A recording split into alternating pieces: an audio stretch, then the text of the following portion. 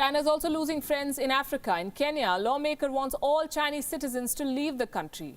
In America, in Michigan, people are hitting the streets with guns to protest the lockdown. These stories and more on the Gravitas Coronavirus Tracker tonight.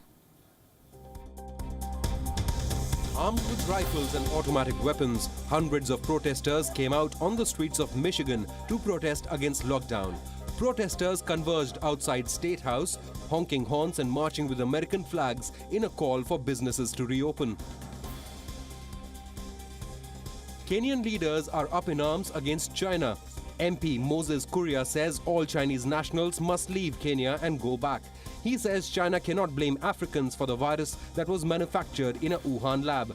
Few Africans have faced discrimination in China and have been evicted on suspicion of being infected. 668 sailors of French aircraft carrier Charles de Gaulle Naval Group have tested positive. 1,767 sailors have been tested and 668 were found to be infected. Aircraft carrier was forced to return to its base 2 weeks earlier than expected. US Secretary of State Mike Pompeo has demanded that China come clean on the origin of COVID-19. Fox News reported that the virus originated in a Wuhan lab but not as a bioweapon. Report claimed that Patient Zero worked in the Wuhan lab, which was attempting to identify and combat the virus, but it accused China of covering up the outbreak. 106-year-old great-grandmother has beaten the coronavirus in UK. She is believed to be the oldest patient in Britain to beat the coronavirus. She was discharged from the hospital to a round of applause from nurses and health workers. A Japanese firm has come up with a novel way of warding off coronavirus divorce. Japanese rental firm is offering its apartments to couples who are seeking some time apart in these times of lockdown.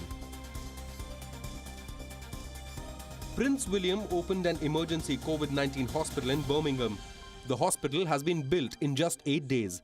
The hospital is second of 7 being constructed around England. Hospital has a capacity of 500 beds, which can be increased to 1,500. World's largest beer festival, Oktoberfest, may also become a victim of coronavirus. The beer fest may be cancelled this year. A final decision will be taken in the next 2 weeks. 99-year-old British war veteran has raised £16 million for the National Health Service. Tom Moore completed 100 laps around his garden before his 100th birthday. Celebrities and ordinary Britishers contributed to his cause.